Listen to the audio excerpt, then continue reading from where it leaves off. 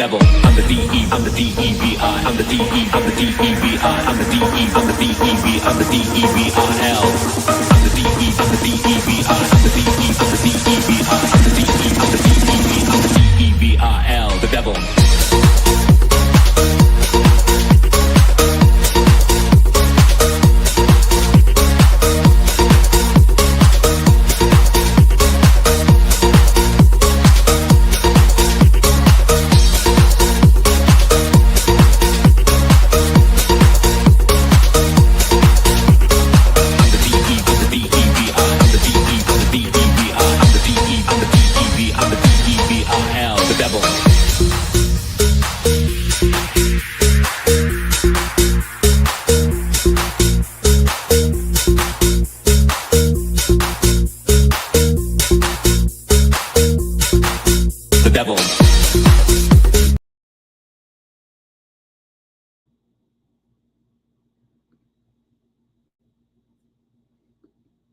Wow, what is going on, everybody, and welcome back to the Final Word with MattyB here on the It's a Wrap Sports Network, with your boy MattyB on the call on this lovely Sunday, February the 23rd, 2025. And yes, much has happened to me since we've last spoken, and part of tonight's show will be a big recap of my life over the last, 72 hours, I guess.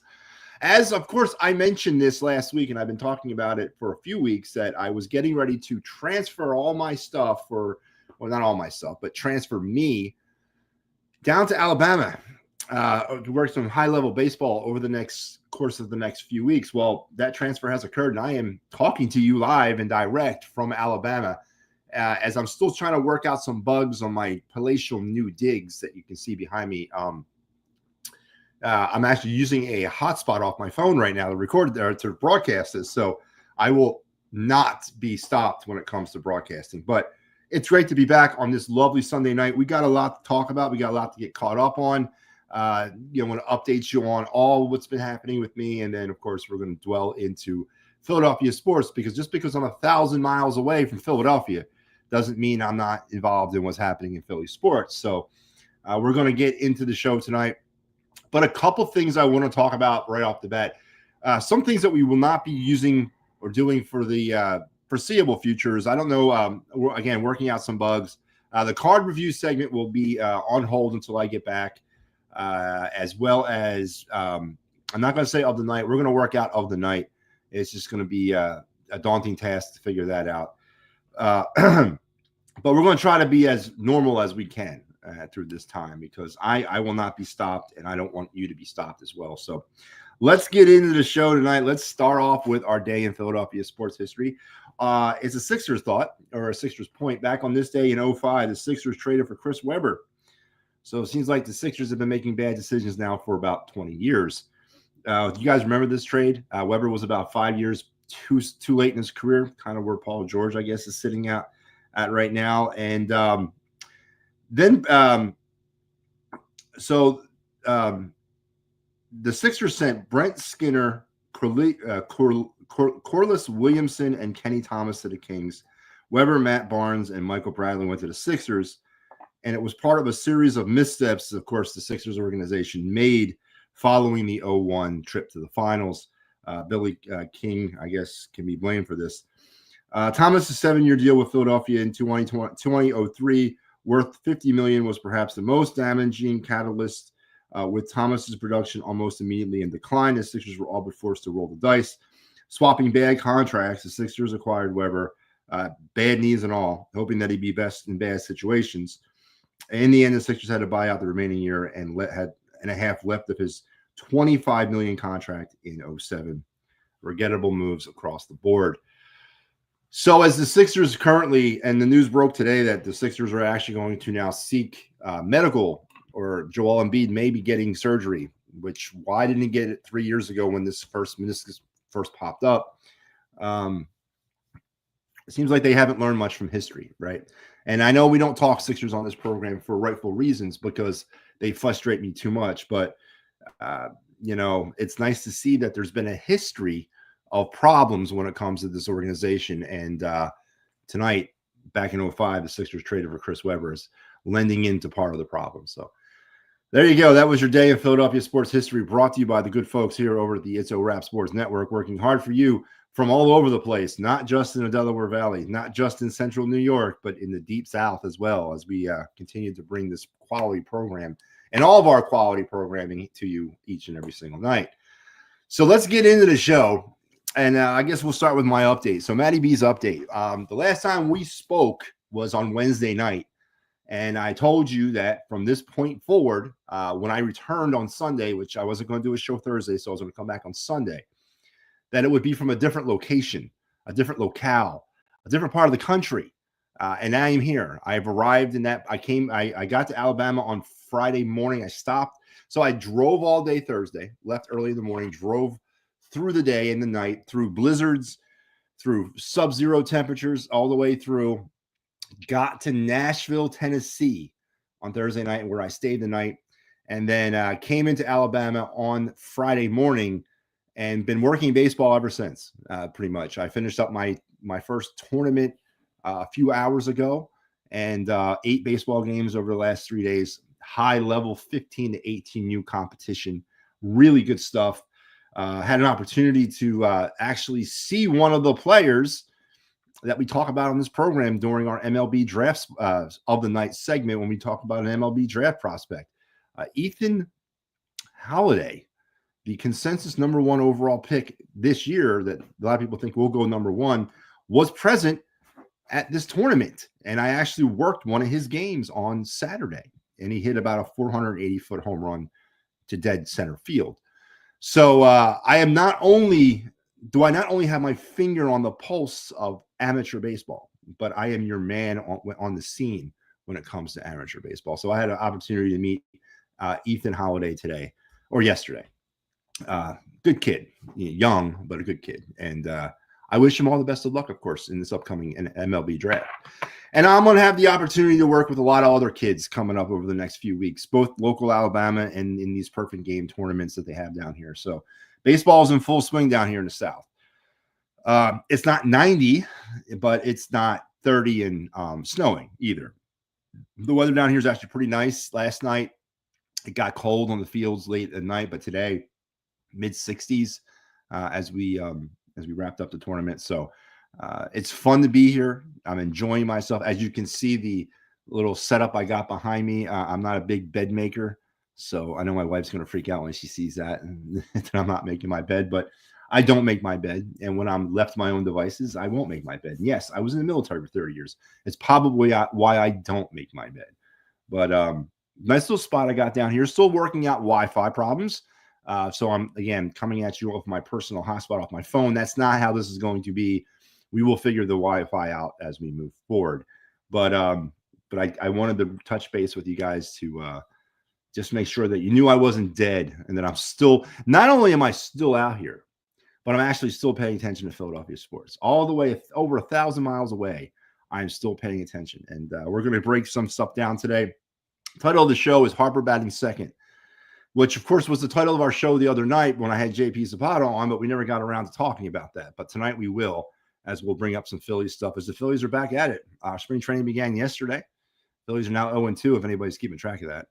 They lost to the Tigers, and they lost today to the Orioles. But it's not about the wins or losses this spring. It's about individual battles and winning jobs and figuring out where your team stands as you get ready for the regular season. So we're going to touch on some Phillies, and, of course, we are going to touch on the Harper batting second proposal that seems to be all the rage right now around the city of Philadelphia when it comes to the Phillies, about talking about what the projected lineup could be in 2025.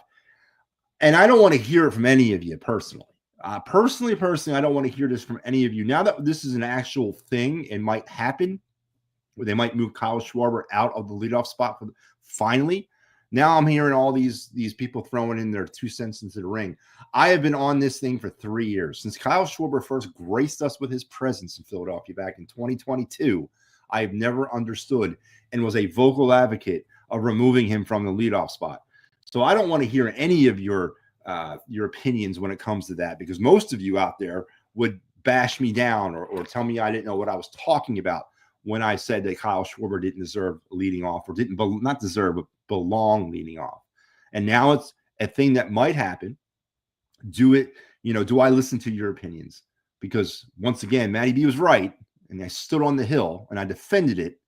And here we are living in the now with a potential change at the top of the Phillies lineup. And we're going to get into that right now, because the biggest thing I've heard was when you talk about a new projected Phillies lineup, people or the incumbents or the experts are out there, and I guess Rob Thompson leaked it himself, that they're potentially going to work on Bryce Harper potentially batting and the number 2 hole. On what planet, in what universe is Bryce Harper a 2-hole hitter? I don't get. I have a problem. I don't understand a lot of things in life. I'm not a smart man. I like to think that I'm not a dullard, but I'm not a smart man. But at what stage of the universe does Bryce Harper batting second make any sense to anybody? Bryce Harper was born as a 3-hole hitter. That's his job. That's what he is. He's a power hitter. He's not a table setter. He's a driver inner. Now, last season, one of the lowest RBI seasons of Bryce Harper's career. But that doesn't mean he cannot still produce. So I don't get where people are coming off saying Bryce Harper should be batting second. It just doesn't make any sense to me. And these are the same people who are telling me that Bryson Stott should still be. Then the Bryson Stott conversation about him leading off. Again, taking his 243 batting average of last season. Now, granted, he was injured, and he did show signs in 2023 of becoming a quality, offensive player. But why would you entertain Bryson Stott leading off when you got a prototypical leadoff man on this team right now in Trey Turner? Some of the opinions that I've heard about Trey Turner recently are true. I've run out of patience with him. It hasn't worked up to this point. Maybe it's the positioning in the batting order. Maybe it's the decline in his abilities. I don't know. But not putting Trey Turner as your number 1, not leading him off, and not only going with him, but sticking with him, using the old Nick Castellanos undying loyalty thing, while letting him just battle through any problems that he might have. Because that's going to be another problem here if Rob Thompson does change the lineup, is how patient is he with that lineup change before he reverts back to his old ways. And how much do the players really control things on the Phillies? I guess we'll find out the answer to all these questions in the next few months. But leading Trey Turner off makes the most sense. Batting Alec Boehm and in the 2-hole makes the most sense. And we're done with lefty-righty, lefty-righty, correct? We're not going to do that anymore. We're not going to talk lefty-righty, lefty-righty anymore. We're going to go ahead with whatever the best possible player on the board is. I mean, we're using the draft concept, because this lineup is so misbuilt. It's not a properly constructed lineup. But yet you're going to try to follow proper constructs in terms of how to use it, which again makes no sense to me. Bat Alec Boehm second, Bryce Harper third, Schwarber 4, JT until he cannot do it anymore 5, Castellanos 6, Kepler 7, Marsh 8th, Marsh/Rojas/Crawford 8, and friggin' Bryson Stott 9. Because if you want to turn the lineup over and you want a table setter down at the bottom of your lineup to turn it over, because if he gets on base, it turns the lineup over back to Turner. You can hit and run. Then you can do a lot of different things with Stott following Turner. So this conversation is lunacy of batting Harper second. That was my 2 cents worth there, and I hope you guys enjoyed it. Oh, and Big Al checking. Hey, man, if you want to come in, man, pop in. I think it's time for a change of philosophy. I don't think adding another big bat would have made a difference. What the hell are you talking about? Oh, in terms of going out in free agency and signing somebody? We'll get into the free agency thing in a second. I think it's time. I think changing the plate lineup changes are needed. They need to be all business. Okay, so daycare then, is that what you're saying now? No more daycare, no more the dumping the little water cups over your head. I like to believe those things out, and of course we're gonna shift our talk now to the other aspect of this team, because now it's okay to talk about the Phillies. Now it's okay to deep dive expectations with the Phillies. Matter of fact, last season in about a month, it'll be a year that we did our 2024 Fighting's Final preview show. And Al, you were on that show. And I asked a very blunt question to both you and Sal, and I said, is this a World Series or bust expectation season in 2024? And what would you think that the majority of fans would say when asked that question? And you both, and I also agreed that this was, or 2024 was, a World Series or bust type season. Didn't work out that way. Going into 2025 without massive changes, and I read this to JP, and I'm going to read this to you because I think this is a very interesting quote, and it kind of sums up where I think the Phillies might be, and it's not a good place. But this was a quote taken from Nick Castellanos down in spring training back on February 19th. And I'll probably be referring to this quote throughout the season.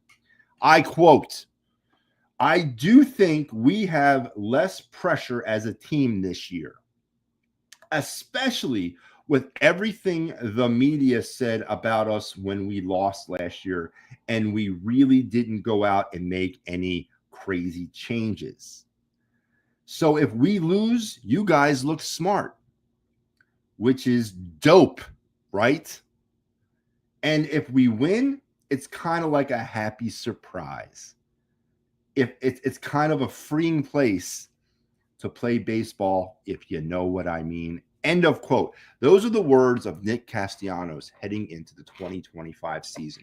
Does that not scare anybody that he's thinking that going into this season, if the Phillies do not win, that it's going to be a freeing place to be in Philadelphia? Has he not been here?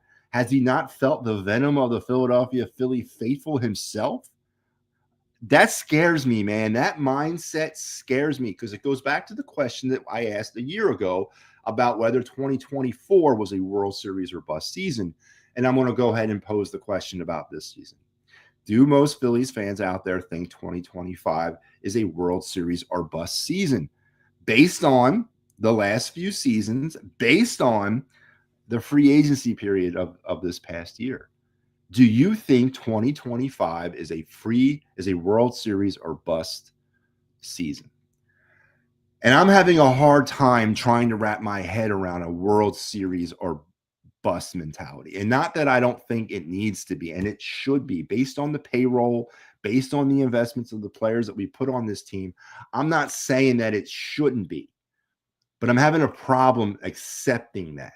I'm having a problem having the mentality of a World Series, anything, based on what the Phillies did not do this offseason. And now I'll mention it right here about not by changing philosophy and not adding another big bat. Now, I don't know what Al's trying to say. Is he saying that the Phillies need to find their moment of zen? Is he saying that the Phillies are in a spot where they need to be more centered? Do they need Mr. Miyagi in their life? Are they looking for their happy place? I mean, Nick Castellanos is talking about a freeing, happy place to be if they start to lose, or if they start to win and people are starting to, oh, great, now we're winning. What is Al trying to say? And if you want to find out what Big Al is trying to say exactly, you need to head on down to Big Al's Excuse Emporium. That's right. Big Al's Excuse Emporium, serving the Delaware Valley and Philadelphia sports fans since the summer of 2024. If you are having problems with dealing with Philadelphia sports reality, don't worry. Big Al's Excuse Emporium has you covered. Head on down today and tell them MattyB sent you.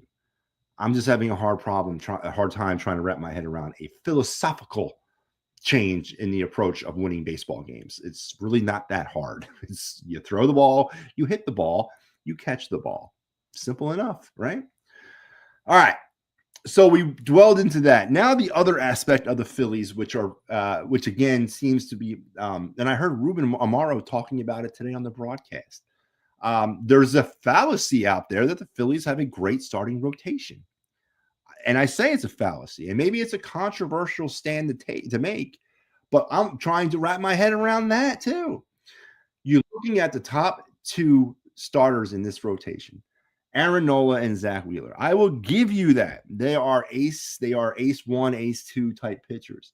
But then after that, you got a bunch of question marks. You got a 3, a 4, and a 5 hole that could be filled by a myriad of people, or could not be filled by a myriad of people. So I don't understand where you get off telling me that this is an elite or not, where people get off telling me that this is an elite pitching staff. And to find out what the people think, let's bring the people in.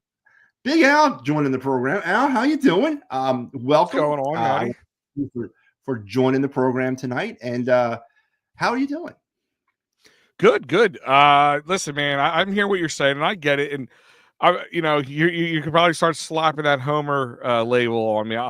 I'm not out on the Phillies team as a lot of other people are, because big reason was they, like I said in my messages earlier, I said I don't think adding another big bat or signing Juan Soto may have been the thing that get him over the hump. Break this team down. They are still a very good team when they're playing at their best. One thing this team doesn't do well is when they're hot. We saw it last year. You saw the first half of the year. Best team in baseball by far. I don't care who won, what team Juan Soto was on at that point. But when they all got cold together like that. My thing is I think the philosophy change needs to be made, that they have to find an equal balance of have some fun, but also have some urgency behind your play. This is probably the last time we're going to see this iteration of the Phillies team together. They tried shopping Nick Castellanos. You saw that. They tried shopping Alec Boehm. We saw that. Obviously, they weren't going to get what they wanted for either player. They probably overvalued them or whatever it was. And they were trying to make changes there. Where they did make some decent changes in my eyes is they got deeper in the starting rotation.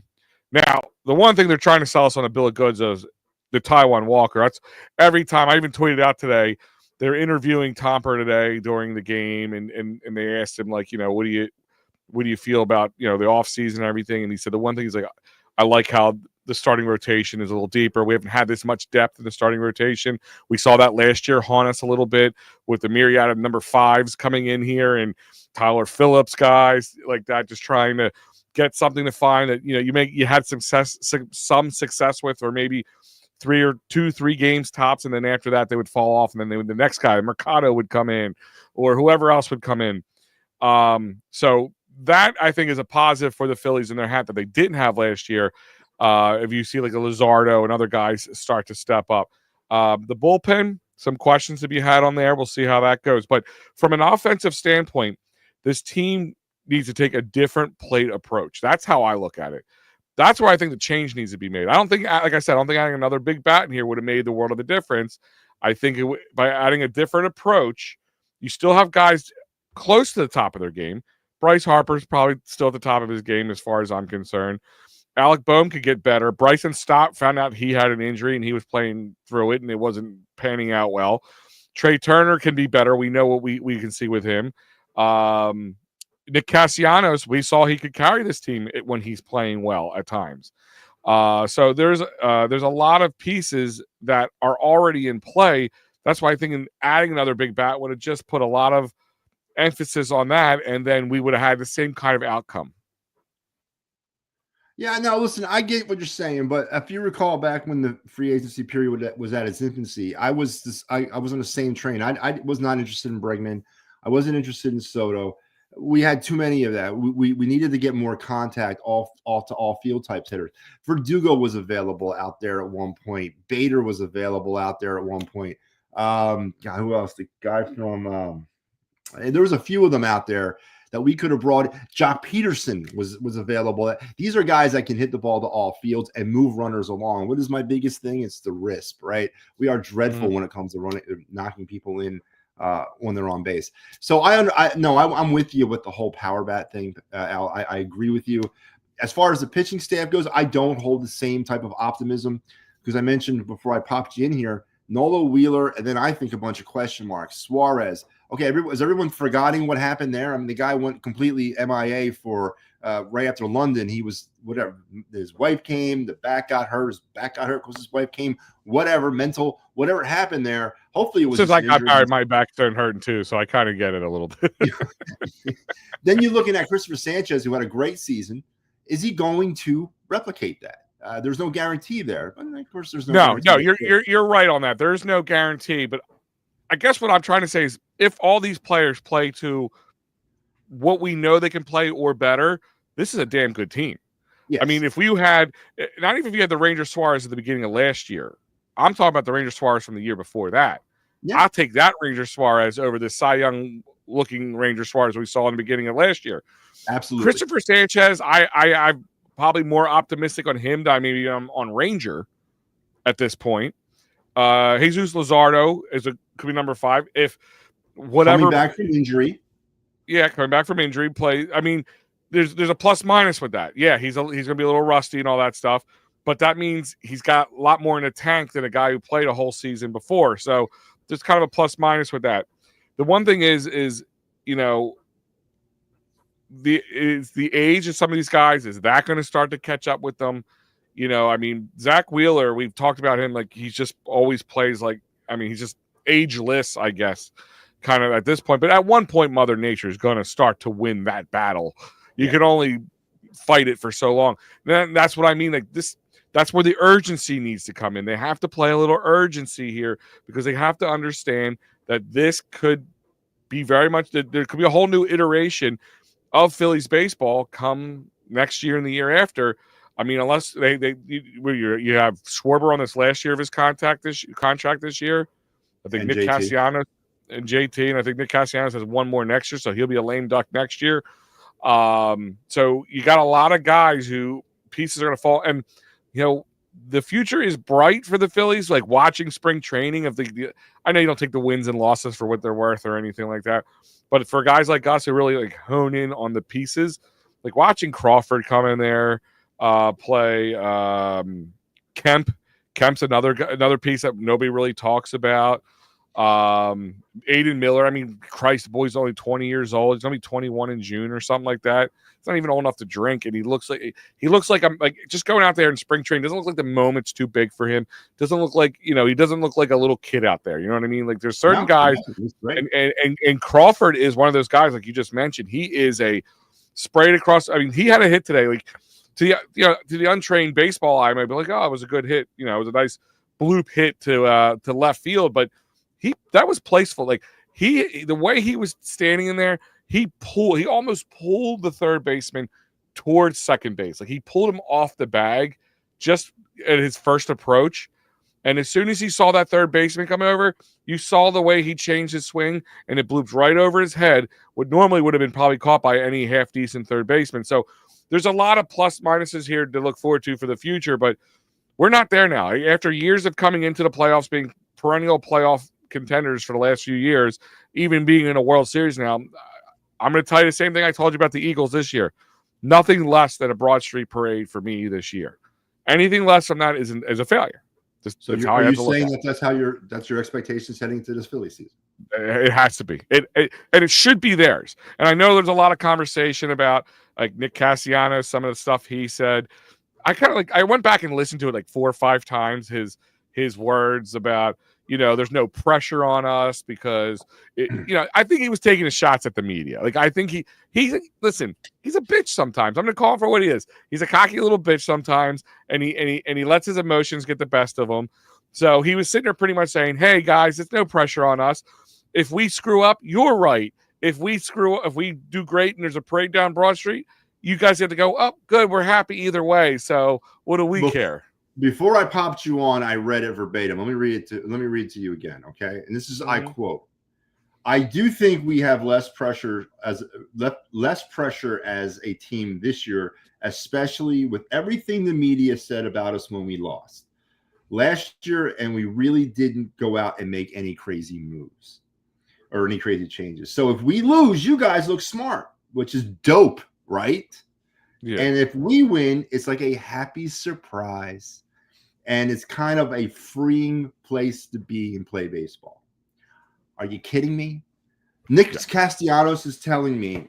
So that doesn't bother you, that mindset? I get where he might be tongue-in-cheeking it with the media, but do you think there's more truth to that than what he's saying? But I understand. Listen, Nick Castellanos is he's an egotistical guy. I mean, Mr. Buttons Open, you see the difference. Like he's a guy who plays to his emotions. Like that's the way he is. Like I'm not saying it's good or bad.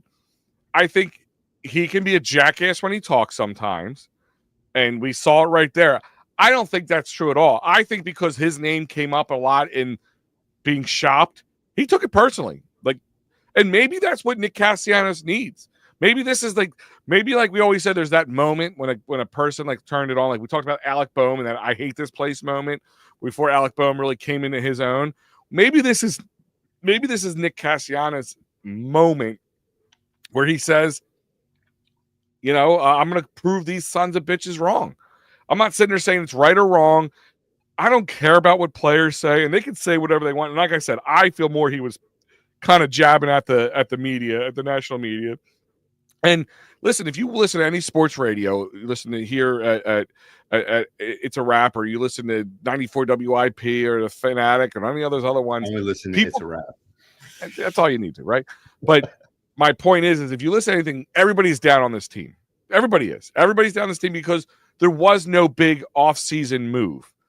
Because there's been fairly big offseason moves either way. Even last year, I mean, we might have signed a guy that was already on the team. It was still a big deal keeping Nola. So, in my eyes, it's like I don't think a big change would have moved the needle at all unless they were able to get like take Nick Castellanos, get another right fielder, or move Harper back out to the right field, even though he said he didn't want to do that. Whatever it was, and then you got two other really good players who are more.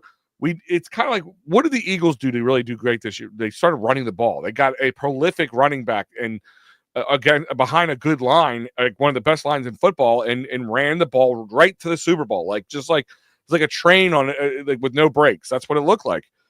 Well, was it a change in philosophy for the Eagles?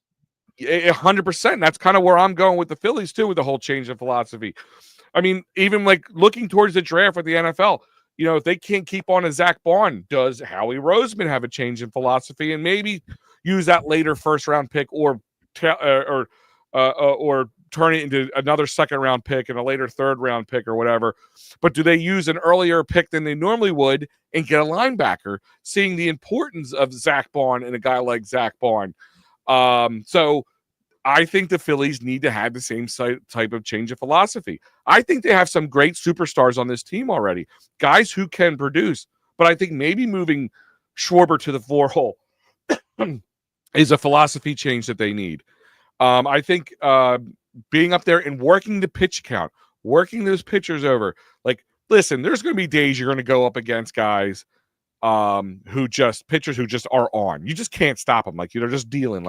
They can't do no wrong. There's going to be games like that. 162 games, they're not all going to be the same.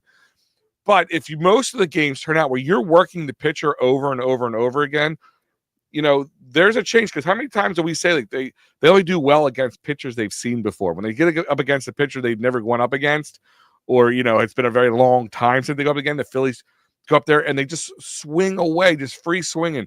They need to be, the plate discipline needs to be, I think, the biggest philosophy change this team has. And I think that will translate into runners in scoring position and all that kind of stuff getting better, because it kind of happened it's kind of what happened last year. If you go back to it, look at the first half of the year. That's what they did. They were working the count. They were hitting that ball and they were putting it all over the place. It wasn't a lot of home runs.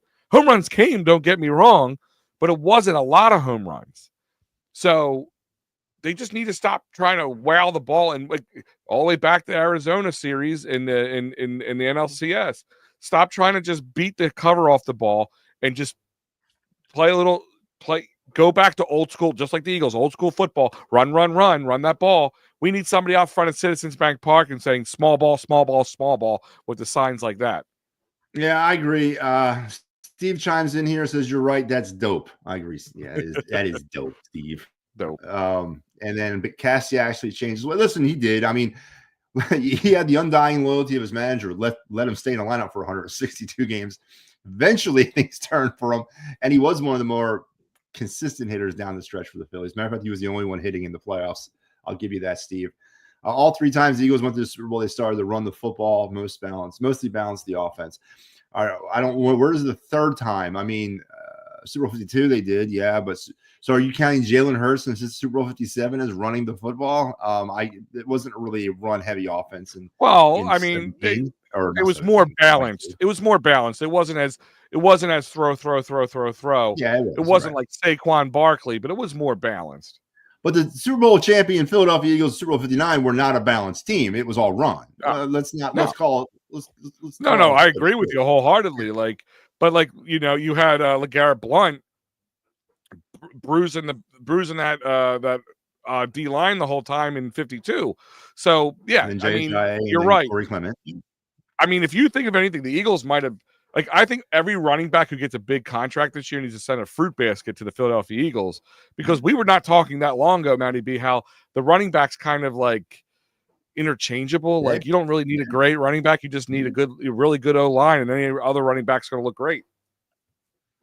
We're going to bring back the fullback position too. That's coming back. Probably. Well, they did. Van Summerlin was. Remember until he got injured, our linebacker became our fullback. Yeah, I guarantee you, I was going to be looking for a fullback in the draft. Do what you're good at, not what Brady and Andy Reid are doing. I don't know. We'll see that. Listen, I do want to bring up, well, you mentioned a lot of the potential prospects that the Phillies have. The future is not now, but it is definitely potentially not too far off in terms of keeping the balance going with this team. At what point, or if any point, does Dave Dombrowski start to kind of like get a little squirrely, and then, seeing his opportunities slipping away? Or if the Phillies are in a position this year where they're not quite there, but they're not quite out of it, does Dave Dombrowski revert back or default back to his old ways, and he starts selling off the farm system? Because he started to last year. Not a lot of people looked at those moves of those pitchers that he dealt last season as starting to sell off the farm system. I did. He gave up 3 quality arms at the trade deadline, got back 2 from Baltimore, and he got back 1 in Estevez from the Angels, which is gone. So we went 3-2, and we lost a player. So at what point do you think he does that, and does that concern you that he might do it?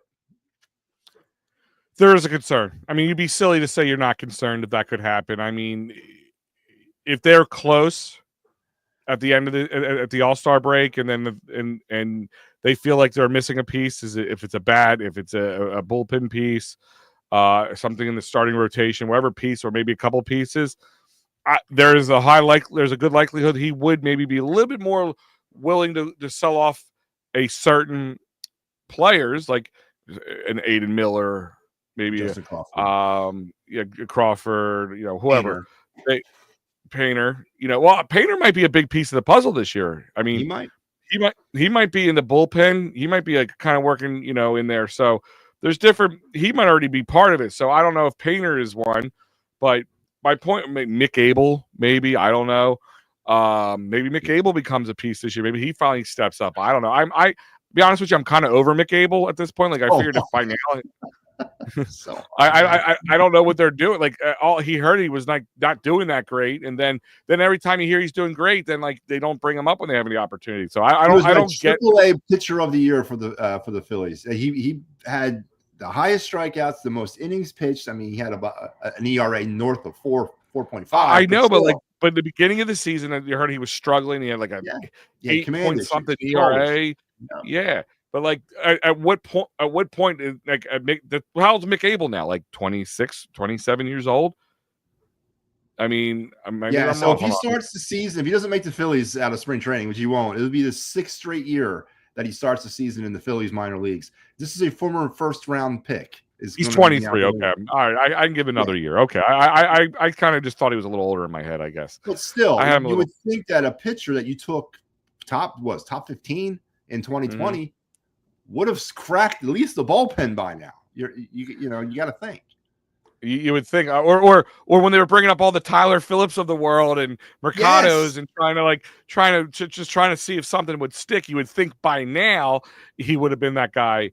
But actually, the next the next message from Nooms here, that's something else to think about, because he's saying, before we jump on this one, Abel's borderline Rule 5 right now, so that is something else to think about. Yeah. And he mentions Gabe Racones. We talked about Gabe earlier. Yeah. He did have he hit himself a homer today, and he could not just a homer. He was in the parking lot homer. Like that was a blast. 391 feet to be exact. I don't think he makes the team out of camp, but he could find himself in AAA or AA to start the season. And could listen, I don't think Miller, him, or Crawford make the camp at all, but they're young. Like I said, 20, 21-year-old guys. Like I ain't worried about those guys. Like I said, the future is bright, but that's like the breaking case of emergency type situation right now. Like if this doesn't pan out, then we're gonna be looking at those three guys to be the future, future third baseman, future shortstops, because like we don't know. Like I said, I'm banking on the fact that a lot of these guys are gonna have better years. Like I really think Stott can have a better year. We saw his abilities the year before, and it seemed we all thought he was injured. I don't know if it was on him for not really speaking that injury or the Phillies trying to force it to happen. Whatever the reasoning behind it is, it was done wrong and it should be corrected that way. But I believe Stott can be a better player. Maybe with Alec Boehm, just like I said about Nick Castellanos being on that trading block that they were talking about, maybe he plays with a chip on his shoulder, but in a good way. But both him and Nick Castellanos have something in common. They both could be hotheads. You know what I mean? But they both could be like team carrying players when they're at the top of their game. So it's kind of like you got to deal with the good and the bad in this situation. Right. No, and I see what you're saying, but we sit here at the infancy of spring training, and there's going to be 1,000 stories before we get to end of March and before we get to DC to start this thing. And this is what it's for. But some of the stories that, like I said this on one of my programs last week, I said the offseason is for answering questions about your team from the previous season. And here we are entering spring training, and we're still asking the same questions that we had of the 2024 Phillies. We're still asking where the lineup is best suited and who should be pitching in what position in the rotation. Is the bullpen good enough? We're still asking these same questions. And I don't know if anybody out there actually believes that we don't know we all know the answers. We all know what plagued this team. And the Phillies did not go out and address any of those needs. They replaced one player, Austin Hayes, for the same guy in Max Kepler. I got a lot of David Dahl vibes from Kepler. We brought in a couple of reclamation project pitchers who are coming off injuries who have been good in the past before they were hurt, and there's potential there. And then we're banking on some of our own pitchers to either rebound or continue their success into 2025. So I don't think there's anything guaranteed about this club going into the season. No. Oh, that's the biggest problem. Right. And I think the NL East has gotten better, and I think the NL has gotten better. And I don't know where the Phillies fit in there. I mean, unless the Braves the Mets really Mets it up, it's going to be a three-way battle, I think. I mean, the Braves are the Braves. The Braves always seem to play well, at least in the regular season. They always seem to just come out to a good start and just keep their foot on the pedal, kind of like the Phillies did last year. They didn't make a ton of moves either, but they always seem to have guys in the waiting. So again, I don't know what was said in the offseason. Maybe Dombrowski and them said, listen, bringing another face and another Trey Turner signing in, another Bryce Harper signing in, all these stuff and are we dealing a little bit with, we saw Bryce Harper ask for more money last year, right? If you brought in a Juan Soto, he's getting paid more than Bryce Harper. Will Bryce Harper be okay with being paid less than him? And then if they don't, well, he had to get paid. I mean, I'm sure sometimes that kind of has to come into it. And that's the problem when you're dealing with guys like Bryce Harper, these superstars. And if you look at in Bryce Harper's case, he's kind of a deal right now when it comes to superstar baseball players. Yeah. I think he's like the 27th highest paid player in Major League Baseball, which is pretty crazy. Just got to bother. Why do you think he asked for money? And honestly, I think that situation was taken care of behind closed doors. I don't think they gave him a contract. They probably gave him a piece of something or more piece of his merch or whatever. They went from a 5% to 10% to 15, 20%. I'm sure a lot of that stuff happened. He got an olive branch. I agree. Oh, yeah, absolutely. But at the same time, I mean, you are dealing with a lot of superstar egos, and I think you saw that with Nick Castellanos' words. I know a lot of people got on Trey Turner's words when somebody asked him, did you go back and watch a lot of the tape to see where your approach came wrong? He goes, no, I know what I did wrong and blah, blah, blah. And, and some people are like, well, I just wish Trey would lie to us so we don't even have to have this conversation. I'm like, I mean, I don't know. I don't know how to feel about that situation. Like, Trey Turner is one guy I know he hasn't lived up to the Trey Turner hype, and I'm the one who guaranteed the Trey Turner signing. But he's 30 years old, so he's not getting too old. He's actually hitting that prime number there. So, I mean, maybe this is what he needs. We know what he can do. We saw him do it with the Dodgers. He was great defensively. He was great offensively. He won a championship with the Nats. Like, we've seen them do this. So we know what he's capable of. So, again, that's kind of where my philosophy thing comes in. We know what Bryce Harper's capable of. We know what Trey Turner's capable of. We know what Schwarber's capable of and Nick Castellanos capable of. So those four guys alone could carry a team. So if those guys could just clear their minds, and that's why I'm saying, like, first part, maybe unpopular thing. If I hear Dancing on Their Own again, I'll strangle somebody. I'm just going to put that out there. I'm tired of that song. The song to me is dumb. It makes no sense anymore. It's not going to work. It's not going to help. Even like, I know you kind of blast Stubbs and all that stuff because he's the party boy of the group. At this point, I don't even care. Because put Rafael Marchand in. He played better in my eyes. Like, they need a philosophy change. I kind of would have been nice to see a Stubbs kind of guy. I won't say get cut for one good reason, but it might have sent kind of shockwaves through the system. Like, guys, we're doing it our way. Like, you're going to follow our lead. It's not your team. It's our team. You know, they should put in Logan O'Hoppe. Oh, wait, no, sorry. Never mind. Listen, man, just chill out. Do you still write love letters to Logan O'Hoppe? Logan, wouldn't he be a nice little piece to have? Wouldn't he be a nice little piece to have? Yes, and that's the price of playing a business. Unfortunately, instead we got Brandon Marsh. Yeah, I mean, but would having Logan O'Hoppe make this team better? Like, would it put him over the hump? No, but it would get Garrett Stubbs out of here. It would get Garrett Stubbs out of here, and it might free up some spots. Listen, but we would have the bridge to get rid of Real Muto and be okay with moving on from him after this season if he physically continues to decline, which I think he probably will, and which is not a good thing for the Phillies. Now, I want to ask you a question specifically about JT. There's been some talk about the position and movement. You know, get him away from the catcher, get him out in the field somewhere where his knees are kind of being taken care of. But Al, I mean, what offensively moves the needle for you about JT Realmuto? I know what moves the needle for me defensively about him. He can call a hell of a game. He's not the BCIB, but he definitely can run a pitching staff, and he does great work behind that plate. So I actually need him more for his defensive catcher ability, and I need him less for his offensive ability because that's gone south.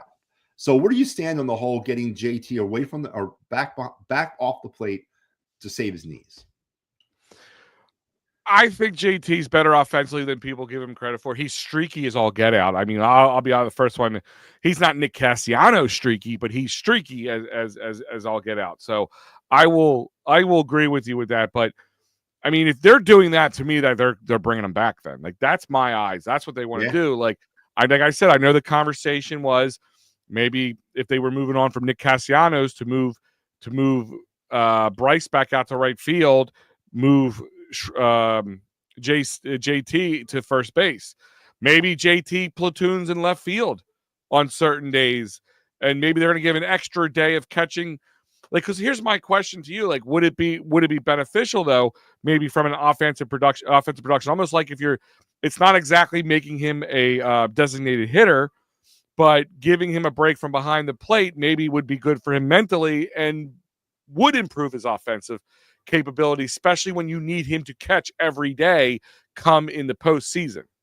Yeah, no, there's definitely different ways you can look at this. And there's more, and you're right. The injuries, we don't really know what was happening in that clubhouse. We don't know all the ups and downs and what happened. And you're right. Maybe it was just a matter of just a kind of a philosophical reapproach, a reboot, a reset. Come out doing things a little differently. But that is not where I thought we would be here in 2025 talking about this group of Phillies. I thought we would be at least one World Series championship in here. And 100%. But now here we are. And the question will have to be asked 6 months from now. If they don't fulfill their destiny and they don't make it to the postseason, they don't even qualify, or they get bounced out. You mentioned the window of winning, or that window is going to start closing. JT and Kyle will be free agents. I don't think you can make I don't know if you can justify bringing both them back next year if the Phillies don't, or if they regress even further, or if they don't win it all. This is a very telling year for this franchise right now, and I don't think they put themselves in the best position for that type of telling year, because this season's a fork in the road for me, because it's going to go it's going to go two different ways starting next year. It's going to go either left or right, and whatever that way will be dictated by what happens in 2025. Yeah, listen, you have to hope a few things come into play here. Number one, did the Eagles set a tone for the city and make those guys see this is what you're capable, this is what you're missing out on? Like, I think for a while people thought if you went, say, roll the tape back 2-3 years, even though both the Phillies and the Eagles were in, their championship, the World Series and the Super Bowl in the same year, a lot of people thought the Phillies were more positioned to win a world championship than the Eagles did, and I think they got a little ahead of themselves. I think but again, there's the human nature part of this game is where it plays into it, and baseball is the biggest head F that you can have, where you can see a guy could just have a bad week because his wife is yelling at him. I mean, like, these are the kind of things you do have to take into consideration. Yes, they're being paid a lot of money. I agree. I know what MattyB is about to say. Yeah, there you go. I know what you're going to say. But we know how this game is very mental for these players. And if they get off track, they all can get off track. I mean, you see, it's like an epidemic with them. And this Phillies team it's worse than I think with most teams, where one guy's off, every guy's off, and that's where the philosophy has to change. Next man up, less partying. Like, I'm telling you right now, if postseason, if they have a good season, they make it to the postseason and all that stuff, I don't want to see celebrations in the locker room if they move on from wild card to NLDS to CS and all that stuff. I don't want to see that. The only celebration I want to be seeing is when they win it all. That's where I'm saying the change of philosophy is. You need clean up in aisle 5. This guy, but my point is, that's where my change of philosophy is. Take, have fun. Like I said, it has to be like a balance. Like, I want them to have fun and be loose, but at the same time, don't feel like tomorrow's guaranteed either. Like, they have to have a little bit. Just like the Eagles had to figure out a balance between run pass, they got to figure out an attitude swing. Like, not be too loose. Not be okay with being like 1 for your last 72 or something like that. There has to be and Tomper might have to kind of be a little bit more of the heavy hand in the locker room instead of being loving up on the team a little bit more as he does. You mentioned you want to see the end of Dancing on Your Own. Do you want to see the end of any kind of daycare reference as well?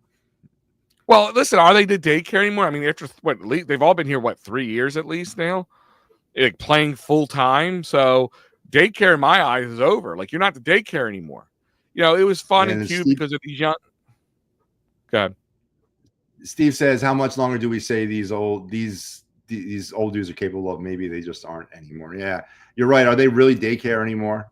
And that's well, I think what he's saying, even like, Nick Castellanos, Schwarber, are we living off what we knew from the last few years and what they were capable of? This is like I agree with you, Matt. It is a fork in the road year. Like, to be very telling. If everything plays out like it did last year-ish, I don't think you're going to see Kyle Schwarber back unless he's going to come back on a deal to be a DH. I think JT's all but gone at that point. I think they try to move on from Nick Castellanos if they can in the offseason, and they try to maybe make some room for Crawfords and guys like that to come in and start getting ready to play baseball here. And that would be the move I want to see. If we see what we saw last year, I still have that feeling in my gut. Yet I'm still trying to be, I guess, optimistic from that Mets series. That NLDS.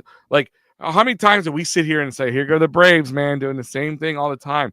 We just lived through that. The Mets braved us. Like, that's what we did. What we did to the Braves for the last few years, the Mets just did to us last year. And I hope that sits in the pit of their stomach and they look at themselves in the mirror every day and they use that to fuel that fire. Steve brings up a good point. Wawa would really hate to see Kyle Schwarber leave Philadelphia. Yeah, it'd be the next guy. Let's be honest. If it wasn't Kyle Schwarber, it'd be the next guy. It might be a Hoagie guy. Yeah, maybe it'll be He's the face Saquon of the Hoagie Barkley. Fest, right? Well, so was Yeah. Jason Kelsey this last year. I mean, Kelsey was Was there he? doing Hoagie Fest. Yeah. I remember I was like trying to get the cardboard cutout from my local Wawa. I wanted to put it in my man's den. Yeah. That would have worked nice. All right, Al. So we're gonna. There's a few other questions I want to ask you about the Phillies. If you got a couple more minutes, I'd appreciate it. Go for it. All right. So we talked a little bit about the. We've gone over the last season pretty much in nauseam, and there's no real necessarily reason to kind of continue to bring it up. But I am going to bring it up in one aspect, and it's you mentioned Rob Thompson, and I think he's a piece of this that nobody's really kind of giving much credit or much attention to, and I think he holds a very important piece to this team because there's still some conversation and questions about who actually runs the team. Do the players or does Rob Thompson? If the Phillies are not, and based off of what happened last year, I totally hope they don't get off to a good start. I hope they're forced sometime in early June with their backs up against the wall to have to nut up or shut up. And honestly, I think that's what this team does. They tend to work better that way. They need to do it, yes. But my thing is this: does Rob Thompson survive 2025? Is he the sacrificial lamb to get this team jump started, just like Joe Girardi was to get the team started in 22? I would again. So if they ended up just like they did last year, say right, that would probably be what I could see happening. It depends on who they're keeping. If they end up keeping Kyle Schwarber or JT or both. I'm saying mid-season this year, if they get off to a slow start, do they make that move? You're saying like in June, like they did Joe Girardi? Yeah. Oh, I don't think so. I think he'd be let go at the end of the season. But I mean, unless this team's just like bottom of the barrel, like it would have to be a really bad start to the season. For them to do that in early to mid June. I mean, and listen, I don't hate on Tomper like many other people, and like I do get a little annoyed with some of his decision making. I more get annoyed with, like you kind of said, where he's not. There's I don't want to say they don't respect him, but I just feel like sometimes like a good coach you don't want to let down, like a father figure, you don't want to let him down, and I don't know they always have that same feeling. But then again, give the devil where credit is due. Rob Thompson stuck by Nick Castellanos when the rest of us were about to just sell him off as quickly as possible, and he carried this team at one point. What's up, Adam? Left him in the entire season. Never took him out. He was in for 162 friggin' games. You're damn right he stuck by him. Hey, Adam, how you doing? Yeah, and he did. So I think Rob Thompson falls into what people feel about Nick Sirianni. They're unconventional, but again, he's like has the third highest winning percentage of all active managers right now. I mean, if you look at him since he's joined the Phillies, I know we haven't won the World Series, granted, but he's been just like we were talking about Nick Sirianni this year, beginning of this year, before the season started. He's already been in one World Series. He's been in the playoffs every year. He's been the manager. Like he has. That's the like really why it's hard to say like just let him go, but they would have to come up to a really sour start for them to even think about that in June. Al, why don't the Eagles just go across the parking lot and take over the Phillies? I mean, all this damn Eagles comparison. I understand what you're getting at, and I feel you. And I actually want to ask you this next question: do you think that the Eagles winning the Super Bowl puts too much pressure on the Phillies to have to win the World Series? It's the type of guys they are, man. This will prove to you the team that you have, or at least part of the squad that you have. Either, like you always said, like I say there's a human nature to this thing, and you always want to treat them like $1 million robots, and I get that. But the human nature is right. Yeah, no, you're absolutely. And listen, you're not wrong with a lot of your stances. I'll break your stones. Don't get me wrong. That's what we do best. But there is a factor into it, like a real winner, like I said, there's guys who can play really well, and we have these conversations all the time. Guys who are really good athletes and really good at what they do, but they just can't get over the hump of winning. Like I always say, like Lamar Jackson, Josh Allen, like really good guys, really good players, but they always seem to have a problem getting over that hump. So a winner will take that fuel and they would make them work even harder. A loser will use it as a crutch. That's kind of how I look at it. No, I feel you. And you know what today is in Philly sports history? Do you know that offhand? What is today? February 23rd. No, what's that? It's Chris Webber Day. It's the day we traded for Chris Webber. The Sixers traded for Chris Webber. So the Sixers have been disappointing us for 20 years. But anyway, and it hasn't let up, man. It is bad. It's just constant every year after year after year. I just listen. Put it this way: I talked about my men's that I was hanging things up. I didn't hang up my Joel Embiid signed jersey, and I actually am donating it now to a local charity. Donate it to a doctor to do the surgery for free. They need to shut it down but here's the problem though. I'll tell you right now, not to get off on the Sixers tangent. If the Sixers shut him and Paul George down, say for instance, but if I'm telling you now, they're going to play better, and it's just going to hurt their stock for next year. Like I guarantee the Sixers end up doing better if they sit Paul George and Joel Embiid. But they should shut them down. They should they should just refund tickets and call it forfeit the rest of the season. Just forfeit the rest of the season. But then where do you draft in that position? Like how can you draft? I don't know. I just don't sell the team to Russia for all I care right about now. I am so over the Sixers. I'm hoping March Madness is good enough to get me out of, because like the Sixers didn't just ruin Philly basketball for me, but they ruined basketball for me. And like I'm hoping March Madness can pull me out of that. Oh, speaking of Philly basketball, shout out to my alma mater, Father Judge, for taking the ECL championship last night or earlier, stopping the 3-peat from Roman Catholic. Good job, Crusaders. Go, go, go. I appreciate that. All right. Did you see that? Did you see that at the semis that Jason Tatum was at the Palestra? Yes, and they were chanting after the Celtics. It was pretty funny. Steve saying MattyB said the S word. What's the S word? Super Bowl? Is that the word you're talking about? Sixers. Yes. Listen, I know all about basketball. I refuse to speak of it, but I know it. And then Adam wants to know, I want to see the Phillies start off slower this year, and then after the All-Star break, turn it on and make a run. And we were talking about that, Adam. But here's what collateral damage do the Phillies suffer in the process of getting there? Does Rob Thompson have to get fired to get them turned around, or is it just getting to the All-Star break, get them turned around? I mean, there's got to be something that sparks that. Do you need a Kyle Schwarber June? Or something like that.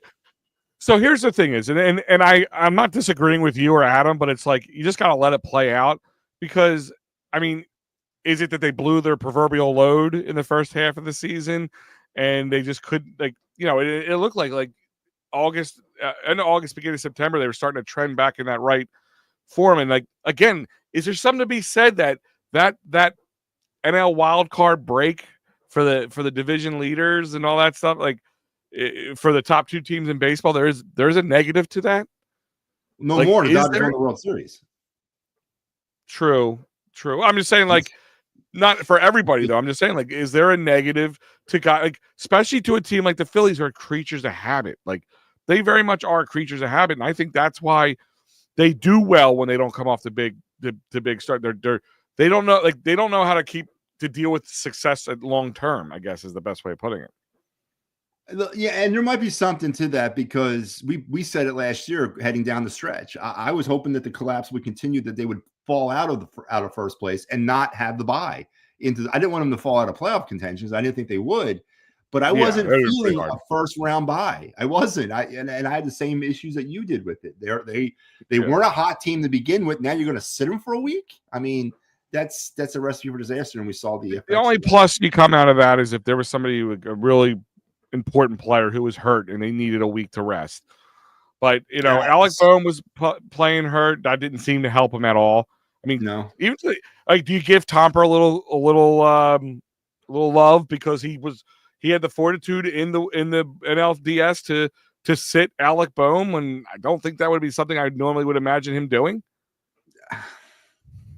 I don't know what that was all about. And to be honest with you, you sending messages to players in the postseason is not the time to be sending messages to players. But you're right. I agree with that. I mean, maybe he finally just had enough of whatever the situation was, and he did have to. Well, I mean, I think there was definitely a personality conflict with him, and maybe the locker room, maybe his negativity was kind of like spewing throughout the locker room. Maybe some players weren't dealing with him well, or maybe Rob was trying to send a message that way, or maybe Dombrowski. I don't know, because I mean, they were shopping him for a reason. I mean, he's a young player. He's on a decent contract still. when he's at his best, defensively he's good, and offensively he's really good. So like there is a plus side to him. He's not like he's too old or anything. For them to just move on from him, like to be willing to move on for him, had to be something fairly egregious. Steve asking, Steve, I stole Steve's blog from his Joel Embiid fan site here. Said the quack physician that tried to convince Josh Harris that this was anything but degeneration that needs a transplant, a 7-foot cadaver who's ruined basketball in the city. Woo! Oh man, Steve, listen, brother, this is the same Al. This is the same meniscus injury he suffered 3 years ago, correct? Is this the same one we're dealing with? As far as I know, I mean, they really never announced exactly what it is. Just says he has knee issues. I'm telling you now, I knew this. I really started like I used to pound my chest saying getting rid of Joel Embiid would have been foolish because of the type of talent the generational talent is. But what I saw really put the nail in the coffin for me with Joel Embiid, the Olympics. Yeah. Oh, absolutely.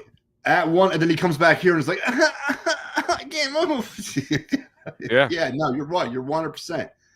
Steve's all saying this is Jeff Rutland, although Rulin. Yeah, I remember Rulin. Boy, that was the key piece in the Moses Malone trade. Yes, I do remember Jeff Rulin. Adam asking, so you guys want Schwarber to bat leadoff or still or bat fourth? I want him fourth. I think you as well want to switch him down to the lineup, right? Listen, the one thing we always said is and I agree. I want Harper to stay at third. He is a guy I think he's made to bat third. He knows he's made to bat third. We always said we never had a guy who could consistently protect Bryce Harper in that fourth spot. Castellanos was already streaky. Alec Boehm he's had his moments. They had him in there. JT a few times here and there, but Kyle Schwarber has the makeup of a person to do that. And again, that philosophy change had to have. They tried doing something different. They got away from it. They've done it now for 3 years. Not that he hasn't produced, but could we have gotten more out of him now with with him in the fourth spot? I think so. I think it's time. You just need you want to put your big bopper in the fourth spot. Why not? And that one of two things is going to happen. Either Bryce Harper is going to have a steady diet of fastballs that he normally wouldn't get because you didn't have to protect him because you knew Nick Castellanos he's going to chase. Nick Castellanos can't be your fourth guy. He could barely be your fifth guy sometimes. No. Okay, so like that's my point is Kyle Schwarber is the best 4-hole hitter we have. I liked him in the top spot. He did do well. He seemed to fit there well. And I made the argument you're only really batting first one maybe twice a game technically, and if you're doing that, that means you're going out 1 2 3 out 1 2 3 outs anyway. So at that point you're not cycling through the batters as much. But ultimately there has to be some sort of change, and that's the easiest and most generic baseball change you can make that could make a big difference. And worst case scenarios, you try and it doesn't work out, then you go back to it. I mean, like it's not like you have to get rid of a player that you'll never get back because of it. So I revealed this at the top of the show, and I'll reveal it again for those that weren't tuned in. But here's my MattyB's projected 2025 Phillies lineup. I want Turner lead off. I want Boehm batting second. Harper batting third. Schwarber fourth. JT 5, Casty 6, Kepler 7, Marsh 8, Marsh/Rojas/ Crawford/ Buddy Kennedy / Weston. No, well, Angry Weston Wilson / whoever. He's out at least 6 or 7 weeks. Yeah, those lat things, those lat injuries are like goddamn rib injuries. They just linger. And then batting ninth is Stott. And last year we endured with Stott batting fifth, which made my stomach turn every time I saw the lineup pop out and Stott was batting fifth. He shouldn't be batting anywhere near that middle part of the lineup. Well, it was all that left right stuff that Harper loves doing. That's got to be thrown out the window. This that's a philosophy change. Correctly, yeah. That has to be the philosophy change. Yep, that it's got to just the best player on the board bats where he needs to bat. No more left right because this lineup was never properly constructed in the first place. So why are you going with some sort of protocol, a baseball protocol to operate on it? If you can get 2023 Bryson Stott, I wouldn't mind seeing him lead off occasionally. Isn't Stott the guy you want? Oh, I'm just reading Steve's. Guys, I'm talking about that. No, I'm just saying, like, we saw what Bryson Stott was capable of at one point. 2023 Bryson Stott, if we had a 2023 Bryson Stott, I wouldn't mind seeing him 1 or 2. You know what I'm saying? Like, and just kind of go on what Nooms is saying. He does grind out at bats better. When he's on top of his game, he grinds out at bats. He saw more pitches per at bat than anybody in baseball did that year. We know he can do it. So he's being serious about it. He's not being tongue in cheek. This is a serious comment. He wants to see Stott grinding out. So Stott batting second, Harper batting third. I disagree with that. I mean, Stott is a table setter. He's a table setter player. He definitely is a table setter. He would fit nicely there, but I'm not sold on Stott's reliability at that position in the line. Batted 243 last year, and again, I know we're talking potential injury that he had, but and even in 2023 when we were conjuring up the damn Chase Utley comparisons, stop saying that crap. I just didn't think he was quite there yet. But you know what? If he turns it on and he has a productive offense or maybe a productive spring, I don't know. Maybe we see if we can bat him second, I guess. I don't know. Well, here's the other thing you have to understand is Bohm and him, they need this year to be one of their best years. Yeah. I mean, they're coming up on contracts. If it ain't going to be with the Phillies, it's going to be with – yeah. Huh? Bohm's last season under team control was 26, yeah. And I think Stott's 27. Yeah. So that's my point is, like, 26 and 27 might seem like a lifetime away for us, but in the scheme of baseball – you know, you're laying the foundation now for that, especially Alec Bohm. But even Bryson Stott, like at this point, if these guys can't become everyday players and consistent players, and even I don't want to say superstar, but you know, star players up there, their stock's going to plummet, and they're going to lose like the jobs to a Crawford or an Aiden Miller because they're right behind them. And if you get to 2 years from now, I think Aiden Miller's going to be MLB ready, bud. I think Crawford could be there this year if you really, really, really wanted him to be. Noom says it's nut up time for Bohm and Stott. We agree. I agree with that. I agree 100% with that. I had a bunch of stuff written down about that as well. Like I was trying to kind of start an article or something, just writing some things down. And like Bohm and Stott, this is a big year for them, and that's why I'm I don't say banking on them, but I'm thinking that you're going to see one of their better years because this is the, you know, you talked about fork in the road for the team, like where they're going to go trajectory wise. This is a fork in the road for definitely for Bohm, but close to it for Stott from a career wise. Yeah, no, it is, you know, absolutely. And you said they're both and all the love. And all the love that they used to, like you said, yeah, that's one of my philosophy changes. Stop with the stop with the daycare. I'm done with the daycare. I'm done with dancing on their own because you know what, you guys will be dancing on your own, like in the unemployment line at this rate. Like that's how I look at it. Like it's you know, I have high expectations because here's the thing is. If you were like MattyB, you got a call up from the MLB saying we want you to manage the Phillies. You know, if you'd like just take your fandom out of it for a moment, you just clear the deck. You have a really good team on your hands to work with here. Yeah. Guys who have great potential, and this team has really great potential. Like even with all the non-moves in the offseason, even with how they fell apart at the end second half of last year and just completely s the bed against the Mets in the NLDS last year. On paper, and they had like this team wouldn't be if this team came out and played really well, won the division, won the whole thing, won the World Series. It wouldn't be a stretch of the imagination, Matt. You wouldn't be like, well, the Phillies just played above their capabilities. The Phillies are just, you know, they got hot at the right time and they won it all. No, the Phillies have the team to do it. So with all the Juan Soto moves, all the moves that the Mets have made, all the moves that the Dodgers have made. All those moves that have been made, and it still doesn't make this team one of the worst teams. It's like it's not like they're, you know, middle of the road team. This is a good team if they want to be, and that's where the philosophy has to change. They have to want it. They have to want it more than you and I do, Matt. Me and you wake up every morning. We think Phillies baseball. We talk Phillies baseball. It's all Phillies baseball. We like I said, yes, they have to have a balance. They have to clear their head sometimes. You know, find some zen in other things they do in their life, if they're kids, if it's, whatever. But at the same time, they have to be locked in from now until the first week in November if they want to be there. I agree. And Steve says Phillies have a team that you got to be ready to call a lot of audibles with.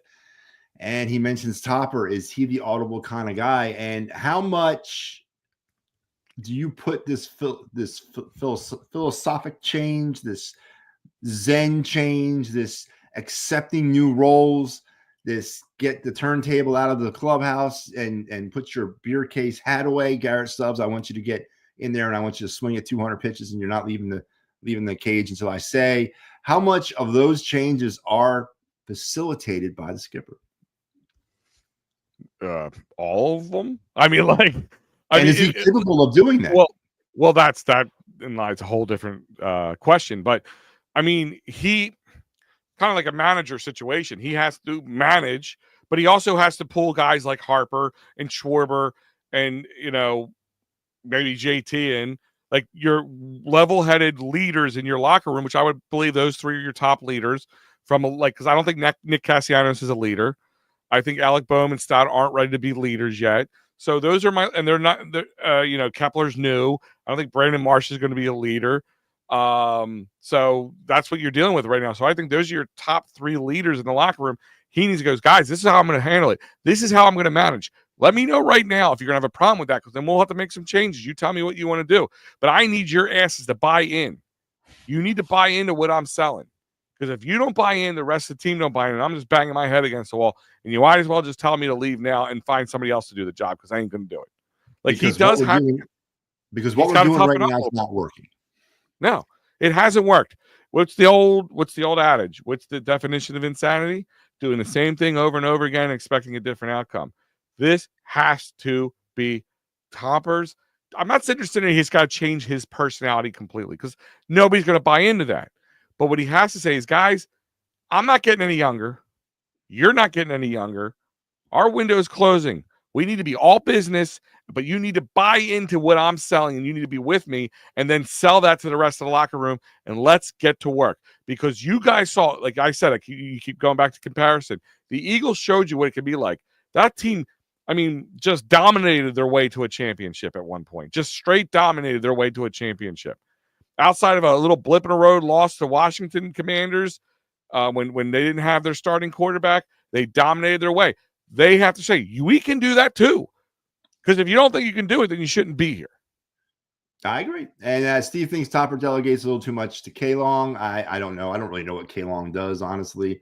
Maybe that's what he's doing in lieu of hitting coaching. I don't know. But Adam says, is Kepler a upgrade from Austin Hayes? Here's the thing, Adam, and I'm tongue in cheek a lot about this Kepler Austin Hayes thing. Unfortunately, we never saw Austin Hayes, the product that he could be, because he came here and he got some funky kidney infection and really battled that for the rest of his time with the Phillies. And you never really got a chance to see it. Now that was on freaking, well, no, you couldn't. That was one of those things that just happened. 5 years ago, I would tell you hands down, Kepler was better than Austin Hayes. 2025. Yeah. I said this at the top of the show. I'm getting David Dahl vibes from freaking Max Kepler. Well, I guess the easiest out to answer this for Adam is time will tell. Yeah. Like you just said, we never really we got we dipped our finger into the marinara of what Austin Hayes was. Like, we tasted a little bit, but we didn't really get it. And I know that was a Dombrowski guy. Like, he was a Dombrowski guy. But yeah, and this is the other thing. Are we getting another Whit Merrifield in our situation? Yeah. Remember, I was another guy I really wanted. But again, I wanted Whit Merrifield 3 years ago, and that would have made a world of a difference. If we had Whit Merrifield on here in 2022, this team would probably win a World Series. That might have been the difference right there. Sounds a lot like Daryl Morey's constructing the Sixers. What's going on here, man? Why does it seem similar that we're constructing the team? It's a little lot. I don't think it's that bad, but I can see the comparisons and why we would get nervous. But anybody could be Whit Merrifield in this sense, like a good player who has a down year. It can happen in baseball with anybody. Like you said, Kepler's coming off an injury, but he has the abilities to be a really good player. And maybe him being your number 7 hole, 8 hole guy is going to be great for him because it takes the pressure off a guy like that to produce when you have guys in front of you like Nick Castellanos, JT, Harper, everybody else. Just everybody else in that team. It takes a lot of pressure off of you. But he also, when he's playing at his best, can be a world of a difference. So it's a bit of a Whit Merrifield. You're not spending a lot on him, but you're also taking a little bit of a chance because he's a little older and he's coming off an injury. Before we get to Steve's next question, because I was about to bring this up, I do want to kind of hijack the show a little bit. Don't forget, this show is brought to you by the It's Rap Sports Network. And how does everybody like my new studio? My palatial digs down here in. Did your wife finally kick you out? Did she get tired of your shit? It's like, get out. Way out. Yeah. I am about 1,000 miles. You can't stay in the same state. Yeah. Oh, this is my residence down here in Wilsonville, Alabama, for the next few weeks as I work some high-level baseball stuff. So I just want to make sure that congrats, by the way, on that. Oh, thank you. It looks a little weird back there because of, it looks like I'm in some sort of Victorian, guest room, but I'm not. I'm sitting by a lake in central East Alabama. So anyway, I just wanted to make that clear. All right, let's talk about. Steve's got a great point. Relievers are the most volatile and the biggest unknowns every year. This leads me right to my final point about the Phillies, and it's something we only touched on, and I definitely think it deserves to get touched more on. Is the bullpen. Before we start going about the pitchers, Al, let's address the elephant in the room. I feel I don't care who we got in that bullpen, as long as we're doing the stupid ass closer by committee stuff. Has anybody asked Rob Thompson if we're still doing that? Because as long as we're doing that, good question. I haven't heard it. It ain't going to matter. We need a closer, a setup guy. We need traditional roles in this bullpen for anything. And it's kind of funny. He kind of started leading that way towards the end of last season. But then what I still don't get to this day, and I know he's done it a little bit in the past, but it seemed more drastic last year. Maybe it was just because of the way everything ended out. But he flips the roles in the postseason. So he puts your closer guy and your setup guy as your 6 and 7 guy. Why would you change that dynamic in the postseason? I mean, not that I thought it would make a world of a difference of how the whole thing came out, because some of it was on the pitching, but a lot of it was on the bats just being cold as ice.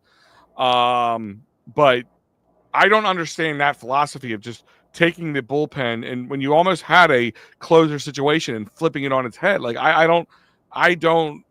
That's got to change, and I wonder if that will change. And I guess maybe he doesn't know who will be his closer. Like I said. I don't know what he's with the Taiwan Walker thing. Is he trying to sell him, the organization? Are they trying to sell us, the fan base? Or are they trying to sell the next possible suitor that you're getting a good player? I know everybody's made the jokes because the Marlins are they have like this weird situation going on where the Marlins, if they don't start paying their guys more, they're going to get in a lot of trouble. So they're going to have to bring in some other big ticket items. So people are going, we got a guy for you if you're interested, so they could get rid of them. But listen, I don't know if they know what they have with this bullpen, because there's a lot of, I think the most question marks are with the bullpen going into 2025. So let's talk about the potential back end of the bullpen right now. You got Jordan Romano, you got Jose Alvarado, and I think this pitcher, and I mentioned it to JP Zapata the other night when I had him on, I think this next pitcher holds the key to the bullpen this year. And it might sound weird, but I think he does. Orion Kirkering. Is it Kirkering? Yeah, I was going to say he's my guy. I think Kirkering will be. I think he's your closer. If not, he's your 7 guy. Yeah, if they have somebody else who's going to come in and close. Those 3 arms are your back end. It's Kirkering, Alvarado, and Romano right now. To me, that's your back end. And then you look at the front end of the bullpen. I think it's okay. Ruiz, I think Banks, I think Ross. Banks is another guy that I feel like didn't get enough love after last year. No. He came into trade too, and I think he was a good pickup.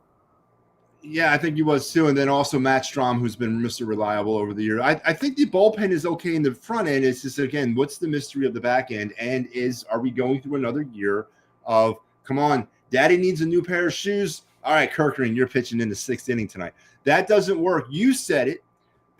Baseball players are creatures of habit. Pitchers are uber creatures of habit.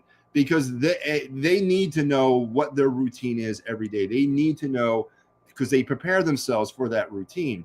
If you're a starter, you have a 5-day thing you prepare yourself for. If you're a closer, you prepare yourself a certain way to perform for that night.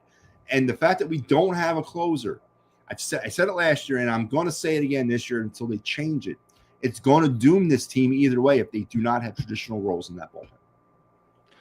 Listen, I don't disagree with you at all. I think that's where the philosophy change has to come. Looking at the bullpen, I think your major players in your bullpen, and Jose Alvarado is another question mark. He's kind of not like what's his face? I can't remember. Ranger. He's a guy who really coming off a down year.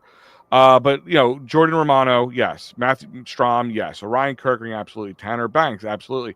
They kind of have Taijuan Walker still listed as a relief pitcher, but as a starting pitcher as well too. They kind of have him as a quasi. Jose Ruiz really is a guy who didn't get enough love last year.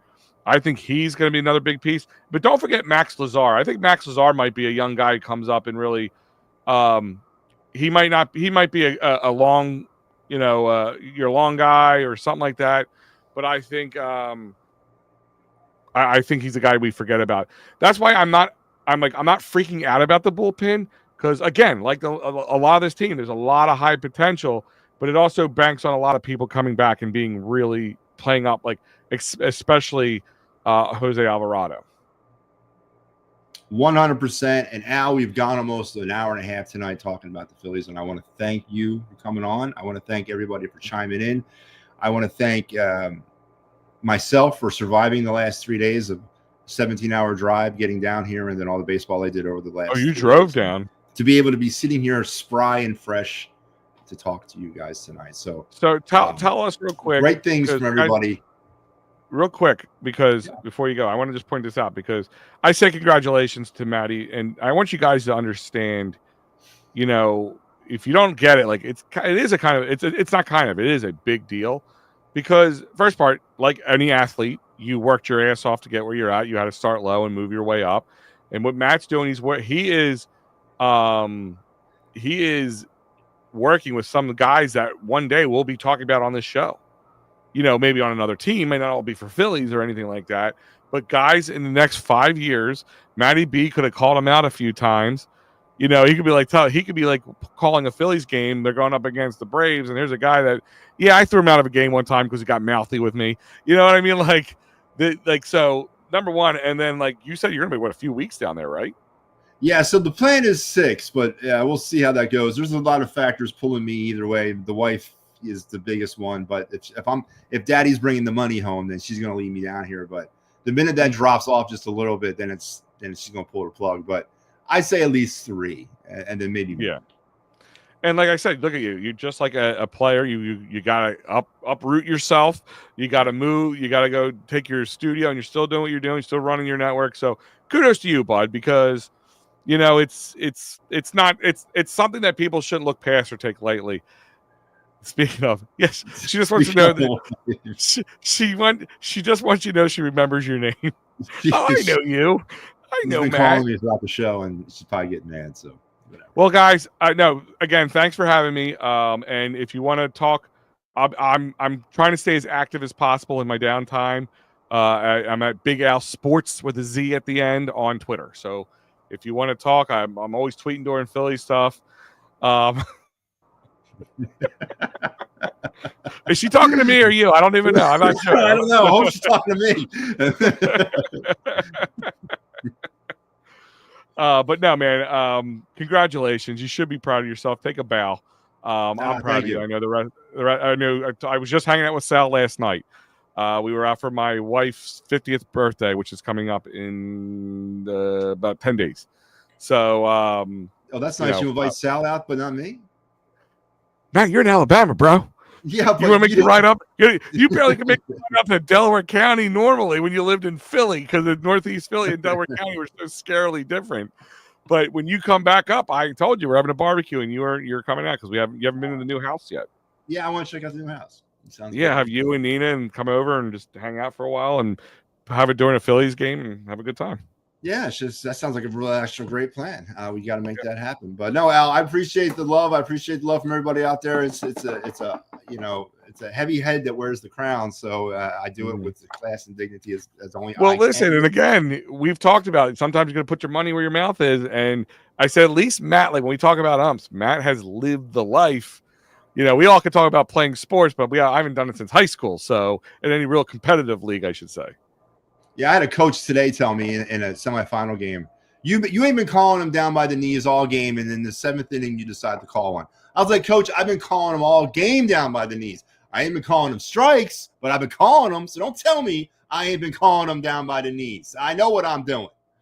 Before I go, there's one more topic that we need to talk about next show, though. I need you because I want you to watch it a little bit more before you make any judgment calls. But the new ABS system that they have. Yeah, I know they're not gonna. It's not gonna be in the regular season this year, but they're using this spring. It could be in as early as next season, but they're using this spring to really test it out. So I've only seen it a little bit. I want to talk to you about it, but let's see a little bit more about it before we really get into it. Next show, in the next couple of days, you have a show. Let me know when you're planning on talking about it. I will jump on and chat with you about it. We will do that. And as far as I know about the ABS, and not to get into it, but they will not do anything until the next collective bargaining, which expires on the 1st of December 2026. So 27 beyond is maybe when you'll see it implemented. Okay. So okay. But yeah, it's definitely something to be. It's reared its ugly head. As a matter of fact, I was driving down here the other day. I was watching Dodgers Cubs, the first spring training game of the season, and they were and I'm like, what ABS, like anti-locking brake system? I mean, what the hell are we talking about here? And they were explaining what it was. So it sounds like it could be cool, but yeah, we'll get into it. All right. Steve saying you can't do anything until they perfect third tech. They perfect 3D 3D tech. Yeah. He's got a point because we mentioned the camera angle from that stupid box that Fox puts up there is taken from the front of the plate. It doesn't factor in the back of the plate. And Steve's correct. As long as we don't have 3D technology, it's the plate's a 3D shape because it's got sides and you have to build up the walls, and you do have to have that. So one thing is they might have that. They might have 5-6 different camera angles we're unaware of at this point. But the other thing is so apparently we found out how they grade umps too. How every game they grade the umps, how well they call the game and all that stuff. So before, apparently they're actually scrutinizing the umps a little bit more. Your job's getting even harder. Apparently they gave them 1.5 inches off the black, as they call it. But now they're about 3.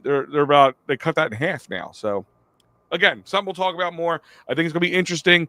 Just a nice topic to talk about maybe towards the end of spring training before we really maybe we talk about it like between, the last spring training game and the first game of the season, and we'll go from there. I agree, Al. And again, thank you for jumping on tonight. And thank you to everybody else out there. Big Al Sports, you said? Big Al Sports with a Z, because I'm a Z. Is there a story behind that? You want to tell me? Well, I had I had EOP. I was Big Al EOP. It's just that I'm not working with I'm not, Joe runs EOP now, and I'm nothing against it. It's just people kept asking me EOP stuff, and I'm like, he's the guy. So it just made it a lot easier to come up with it. That's why I did it. Okay. I'll buy that for now. All right, everybody. Yeah, nothing big. Yeah, I'll buy that for now. All right. Listen, we'll talk again tomorrow. Be back here tomorrow, right? So don't forget, I'm an hour in the past, so I'm coming at you from the past. I'm in the Central Time Zone, so I'm a visitor from the past. But I will be coming on 8 o'clock your time, starting again tomorrow. So we'll talk more about that tomorrow when we come back.